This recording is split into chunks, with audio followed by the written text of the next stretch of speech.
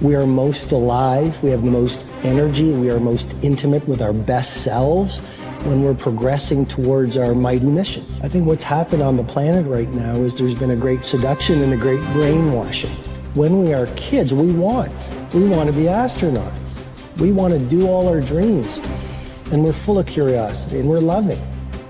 And we're passionate, we're strong. We're not afraid to be ourselves. But as we leave the perfection of childhood, the hypnosis and the brainwashing begin.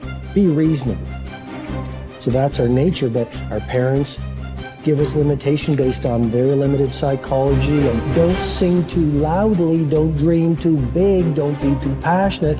As we've left who we truly are, we've contracted. And now it's all about staying safe in the world versus going out there and letting our brilliant, our primal genius shine. And a lot of people just have stuffed that pain of disappointment and their doubt really deep inside. And they just are addicted to distraction and escapes because they don't want to deal with their potential that they've denied. What's the most important key to success? I think it's hunger. It's not getting satisfied. A hunger that doesn't go, a hunger to learn, a hunger to grow, a hunger to serve, a hunger to give, a hunger to create breakthroughs. Most people are hungry until they make a certain amount of money and then they get comfortable. And there's nothing wrong with that, but it's not about the money. It's not about the business. It's about your growth. Because every one of us either grows or dies. People ask me all the time, what does it take to be happy? I say one word, progress. Progress equals happiness, because achieving a goal feels good for how long? A week, a month, 3 months, and then there needs to be something else. And the reason for something else is because you gotta grow. I want to find more. All I can. And in that sack of you have to dive in that to find more. Because if you're not willing to go in there and face yourself, not gonna find anything.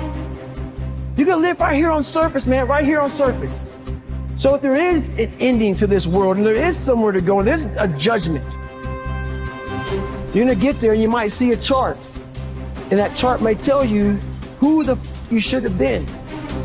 And now you get the rest of your life to think about that. Now I could live a much better life if I just would have just suffered a little bit more. Success is not gonna show up at your front door and knock on it and say, here I am. It's not coming to look for you. In fact, success is not thinking about you. Success is already doing its job. You got to be willing to do your job. Each and every day that you are breathing in this world, each and every day that you are doing something in this world, you should be focusing on getting better, not worse. You should be understanding that, hey, I can't be this same person on a day in, day out type of way. I got to keep focusing and going further and going harder and going stronger and pushing myself till there's nothing else left to push forward. So now's the time for you to hit the gym of your life and start exercising your self-discipline muscle. No more talk, no more excuses. From this moment forward, it's all about massive execution. Will there be days that you don't feel like it? Yes. Will there be days that you want to stop? Yes. Will there be days that you want to give up? Yes. Will there be days that you want to quit? Yes. Listen to me. Quitting is never an option. We've all bought into a lie.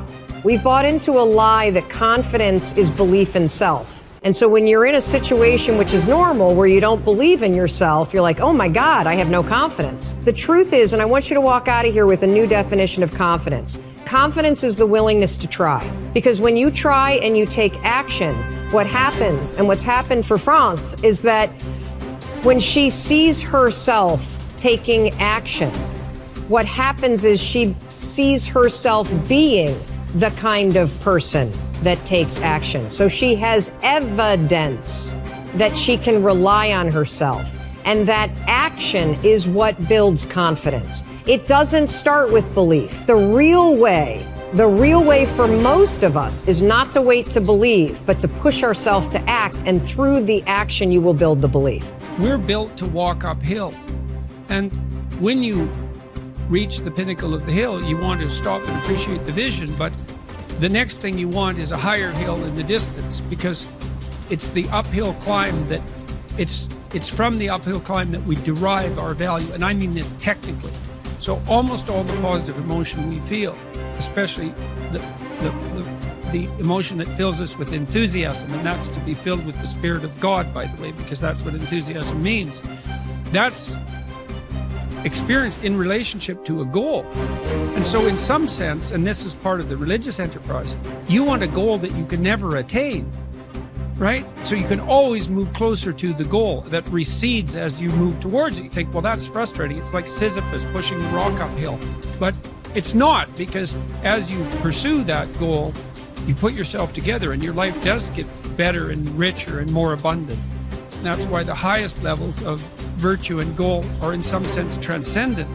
You want them to be above everything you're doing so you can continually move towards something that's more sublime and better. That's what you are. You're here to live, not to sleep. I didn't study, I didn't study a book. I literally put myself in a fire repeatedly like a sword. You put a sword in the fire repeatedly and repeatedly. If you keep on doing that, you're going to get a nice sword. And then you keep on beating it. You got to beat the shit out of it. And that's what I am. Yeah. I became that. I said, okay, we can't quit. We got to figure out why you are this. Why are you this, man? What is wrong with you? What's going on here? So I kept on putting the sword back in the daggone fire, and I just beat it harder. And I beat it harder. Before I knew it, I started realizing, all right, man, the brain is starting to get hard. The brain is starting to get hard. I'm no longer a theorist. I'm now a practitioner. I put it in hell. I dissected it while it's in hell, because you can't dissect anything in a normal environment. You can't dissect anything in 72-degree weather. You must put it in the freezer and freeze the fuck out of it. And then you dissect it. Dissect it when it's miserable. Dissect the brain when all it's thinking about is, I need to get out of here, man. I want to get out of the fucking freezer. Open the door. And you said, nah, 5 more seconds, man. 5 more seconds in the freezer. And that's when you start to pick that brain apart. And that's what all this stuff did to me. I kept on putting myself back into the freezer or the fire and beating the out of myself, mentally and physically.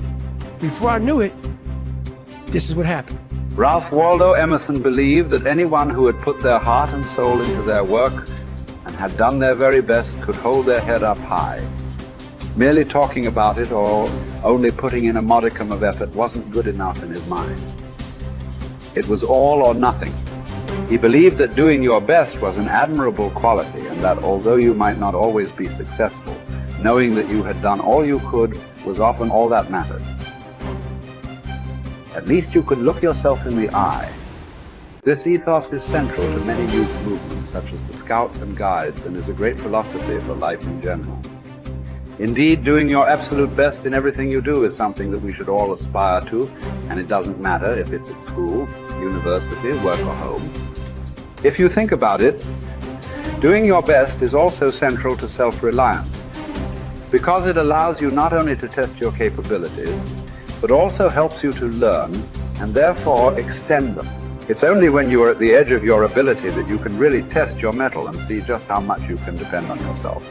Only ever working inside your comfort zone or doing just enough to get by may be easy, but is rarely rewarding. And it never allows you to develop into a fully rounded person or realize your full potential. The following quote from Theodore Roosevelt sums up the essence of Emerson's point. It is not the critic who counts, nor the man who points out how the strong man stumbled, or where the doer of deeds could have done better. The credit belongs to the man who is actually in the arena, whose face is marred by dust and sweat and blood, who strives valiantly, who errs and comes up short again and again, who knows the great enthusiasms, the great devotions, and spends himself in a worthy cause, who at the best knows in the end triumph of high achievement, and who, at worst, if he fails while daring greatly, so that his place shall never be with those cold and timid souls, who know neither defeat or victory.